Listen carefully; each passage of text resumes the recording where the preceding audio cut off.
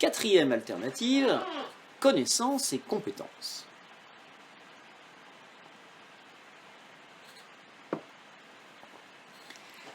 Sur ce thème, je voudrais mettre les choses au clair autant que possible, autant que je le peux. Je l'ai déjà évoqué dans la première et deuxième partie. Il y a un malentendu persistant sur les compétences. Les connaissances et les compétences, ce ne sont pas des savoirs opposés, ce sont des savoirs complémentaires. On a tendance souvent à opposer les connaissances et les compétences. Il y a même des gens qui écrivent dans des livres que je ne citerai pas que si l'enseignement va mal, c'est parce qu'aujourd'hui on enseigne des compétences et que si on enseigne des compétences, on n'enseigne plus de connaissances. Moi j'ai beaucoup de mal à comprendre ce genre d'argument parce que les connaissances et les compétences sont des savoirs complémentaires qui vont ensemble.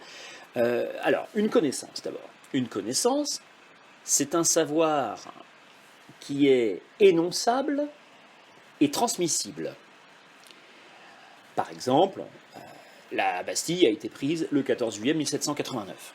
Ça, voilà, on peut l'énoncer et on peut le transmettre, puisqu'on peut l'apprendre, le mémoriser. Bon.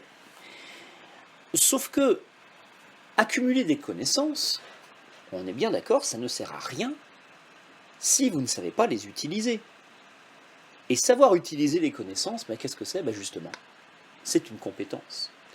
Alors, il y a plein de compétences autour de ça. Enfin, c'est une compétence, c'est un ensemble de compétences. Alors, qu'est-ce que c'est qu'une compétence ? La définition d'une compétence, c'est une capacité qui est mise en œuvre sur un objet. Donc, quand vous enseignez une compétence, il faut forcément un objet. Justement, les connaissances. Donc, les connaissances n'ont pas de sens sans les compétences, et les compétences n'ont pas de sens sans les connaissances. Et d'ailleurs, pourquoi dit-on qu'aujourd'hui l'école enseigne des compétences, alors que, comme si elle ne l'avait pas fait autrefois, l'école a toujours formé à des compétences. Apprendre aux élèves à bien orthographier un texte, le texte d'une dictée, c'est une compétence. Et ça, on l'a toujours fait. Connaître les règles du participe passé, ça c'est une connaissance. Mais penser à les utiliser au bon moment, ça c'est une compétence. Et en fait, les deux fonctionnent ensemble, encore une fois. En fait, le vrai problème, à mon avis, n'est pas là. Il est dans le fait que si l'école a toujours formé à des compétences, elle l'a longtemps fait de manière implicite. C'est-à-dire que les compétences auxquelles l'école forme n'ont jamais été, pendant longtemps, elles ont été assez peu formulées, assez peu verbalisées, assez peu prescrites explicitement. Il y avait une dimension implicite dans la formation à des compétences. Alors les sociologues appellent ça le curriculum caché. Le curriculum, c'est l'ensemble du parcours que suit l'élève avec ce qu'il apprend, avec ce qu'il vit dans l'école et qui fait qu'il se construit un parcours. En fait, oui, parcours, c'est synonyme de curriculum. Et dans le curriculum, il y a un curriculum prescrit, c'est ce qui est dans les programmes, et dans un certain nombre d'instructions. Là, c'est clair, et tout le monde voit bien le curriculum prescrit, tout le monde le comprend bien. Mais il y a aussi un curriculum caché, qui est souvent au moins aussi important que le curriculum prescrit. Le curriculum caché, c'est un ensemble de choses qui ne sont pas forcément dites, qui ne se voient pas, or qui sont essentielles. Et par exemple, vous aurez des élèves qui vont apprendre par cœur leurs dates historiques, mais qui vont être incapables de les appliquer, du moins de les utiliser dans un raisonnement, par exemple, pour contextualiser.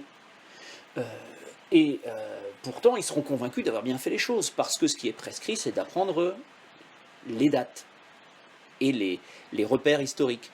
Et puis, le savoir contextualiser, pendant très longtemps, on l'a assez peu dit dans les programmes, ou du moins il fallait savoir les lire entre les lignes. Et cette capacité à deviner ce qui est implicite, eh bien, socialement, ce n'est pas partagé de façon égale, et donc c'est un des éléments qui font que l'école française est la plus inégalitaire du monde. Ça, c'est un autre sujet qu'on n'abordera pas ici, mais c'est une vraie question, la question des inégalités à l'école. Donc, rendre explicites les compétences et dire clairement à quelles compétences on forme, c'est précisément une clarification, c'est rendre explicite ce qui était implicite. Et donc maintenant, dans les programmes, les compétences sont clairement formulées. Et d'ailleurs, le socle commun, donc, qui existe depuis une quinzaine d'années et qui a été renouvelé en 2016, en 14, 15 ou 16, là ça, je ne l'ai pas en tête et pas sous les yeux, enfin bref, vous retrouverez la date du nouveau socle. Ce socle commun, il mentionne clairement les compétences qu'il faut acquérir, et pour l'histoire-géographie, on a distingué des compétences. Alors après, on peut discuter sur quelles compétences, mais au moins, le principe est acquis, comme quoi l'école doit former à des compétences, et que ces compétences doivent être clairement identifiées et connues par l'enseignant, bien évidemment. Alors, cette formation aux compétences, il y a un moyen de la valoriser, c'est à travers l'évaluation. L'évaluation par compétences, elle se développe beaucoup, elle est maintenant obligatoire, notamment au brevet. Il faut évaluer si l'élève a eu le socle, et dans le socle, il n'y a pas que les connaissances, il y a aussi les compétences. Le problème de l'évaluation par compétences, c'est que jusqu'ici, elle a surtout servi à l'enseignant. Pourtant, les pionniers de l'évaluation par compétences, eux, ce qu'ils voyaient, c'était surtout une évaluation par compétences qui servait à l'élève. Je vous donne l'exemple de Fernand Houry, par exemple. Alors Fernand Houry, un disciple de Célestin Freinet, qui a imaginé un système de ceinture de couleurs. Chaque élève gagne une ceinture d'une couleur différente, comme au judo, au fur et à mesure qu'il avance dans la maîtrise des compétences.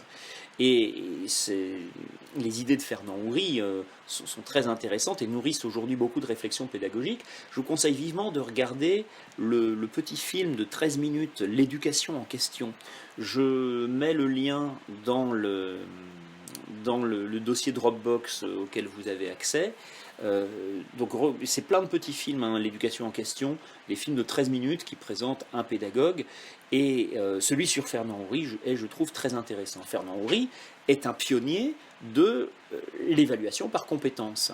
Mais pour lui, l'intérêt de l'évaluation par compétences, c'était surtout que l'élève perçoive ses points forts, ses points faibles, ce qu'il devait faire pour progresser, à quelles conditions il atteignait le niveau suivant, et c'était un moyen pour l'élève d'être plus autonome, de comprendre ce qu'il savait faire, ce qu'il ne savait pas faire, ce qu'il devait faire, pour être acteur dans la construction de son parcours. Ça, c'est l'intérêt de l'évaluation par compétences. Le problème, c'est que la façon dont elle a été institutionnalisée depuis une quinzaine d'années, l'évaluation par compétences, ça se fait surtout par grille à remplir, avec énormément de cases à cocher. Donc il faut cocher les cases pour dire, bon ben, telle compétence c'est acquis, telle compétence c'est non acquis, ou alors c'est en cours d'acquisition, ou c'est presque maîtrisé, ou c'est dépassé. Enfin, il y a plusieurs niveaux de maîtrise, et c'est parfois des dossiers extrêmement lourds, et très souvent, bon, l'enseignant remplit ça, et quand ça arrive à l'élève, en général, l'élève a beaucoup de mal à s'y retrouver parce que c'est une masse d'informations énorme, c'est plusieurs dizaines d'items avec des couleurs, du rouge si c'est pas acquis, du vert si c'est acquis, enfin voilà, l'élève regarde simplement s'il a surtout du vert ou surtout du rouge, et puis voilà, c'est à peu près tout. Et on a encore du mal, malheureusement, à développer une évaluation par compétences qui serve véritablement à l'élève.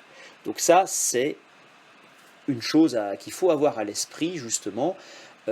C'est très important que les enseignants aient les compétences à l'esprit pour, pas seulement qu'ils cochent des cases dans des dossiers, mais qu'ils soient capables d'en parler aux élèves. Il n'y a pas seulement lors de l'évaluation, il faut trouver toutes les occasions de parler des compétences pour que les élèves se les approprient et qu'ils comprennent ce qu'on attend d'eux. Parce que ce qu'on attend d'eux, ce n'est pas seulement des connaissances, c'est aussi des compétences. C'est les deux, c'est la capacité d'articuler les deux.